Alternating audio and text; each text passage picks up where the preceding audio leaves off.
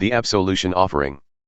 God spoke to Moses, "Tell the Israelites, when a person sins unintentionally by straying from any of God's commands, breaking what must not be broken, if it's the anointed priest who sins and so brings guilt on the people, he is to bring a bull without defect to God as an absolution offering for the sin he has committed.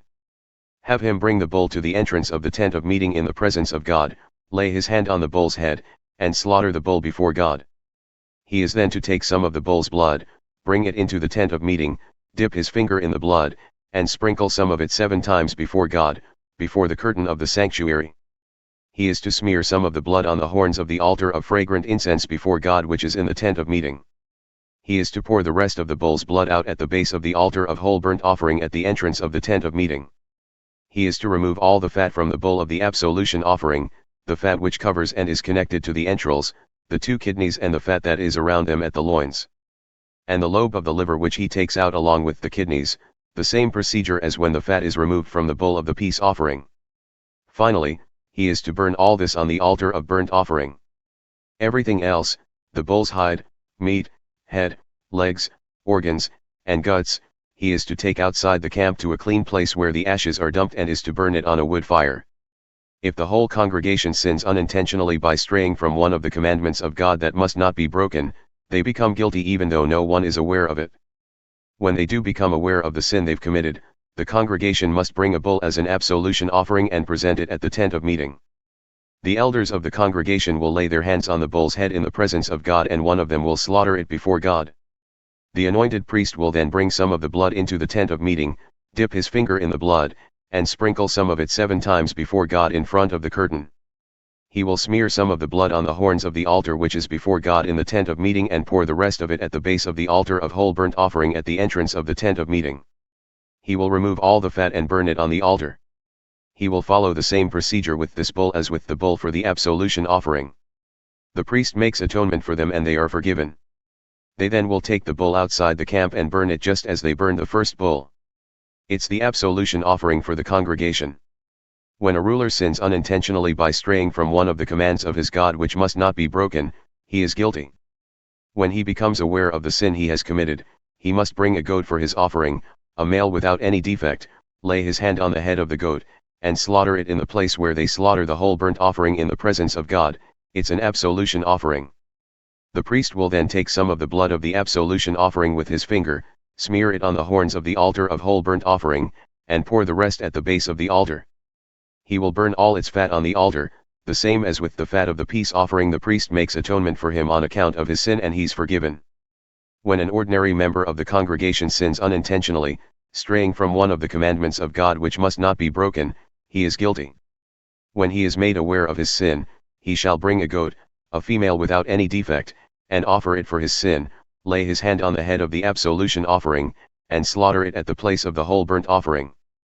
The priest will take some of its blood with his finger, smear it on the horns of the altar of whole burnt offering, and pour the rest at the base of the altar. Finally, he'll take out all the fat, the same as with the peace offerings, and burn it on the altar for a pleasing fragrance to God. In this way, the priest makes atonement for him and he's forgiven. If he brings a lamb for an absolution offering, he shall present a female without any defect, lay his hand on the head of the absolution offering, and slaughter it at the same place they slaughter the whole burnt offering. The priest will take some of the blood of the absolution offering with his finger, smear it on the horns of the altar of burnt offering, and pour the rest at the base of the altar. He shall remove all the fat, the same as for the lamb of the peace offering. Finally, the priest will burn it on the altar on top of the gifts to God. In this way, the priest makes atonement for him on account of his sin and he's forgiven. If you sin by not stepping up and offering yourself as a witness to something you've heard or seen in cases of wrongdoing, you'll be held responsible.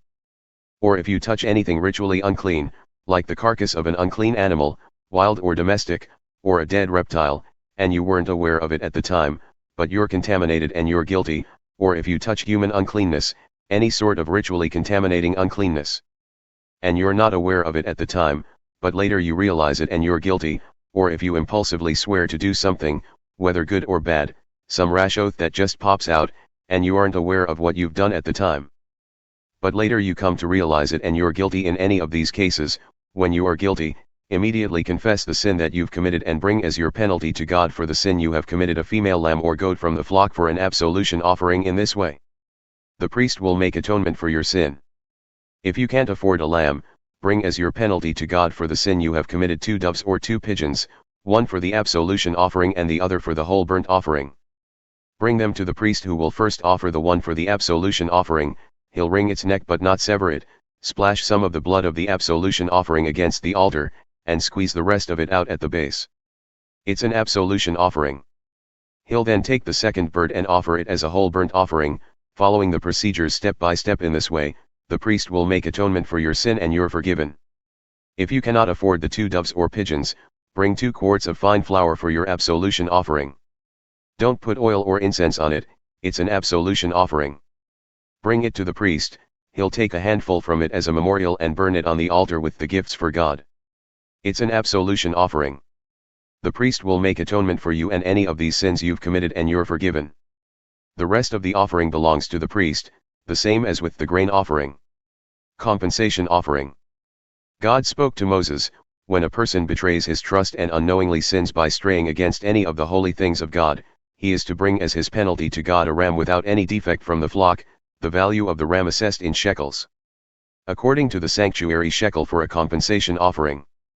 He is to make additional compensation for the sin he has committed against any holy thing by adding 20% to the ram and giving it to the priest. Thus the priest will make atonement for him with the ram of the compensation offering and he's forgiven. If anyone sins by breaking any of the commandments of God which must not be broken, but without being aware of it at the time, the moment he does realize his guilt he is held responsible. He is to bring to the priest a ram without any defect, assessed at the value of the compensation offering. Thus the priest will make atonement for him for his error that he was unaware of and he's forgiven. It is a compensation offering, he was surely guilty before God.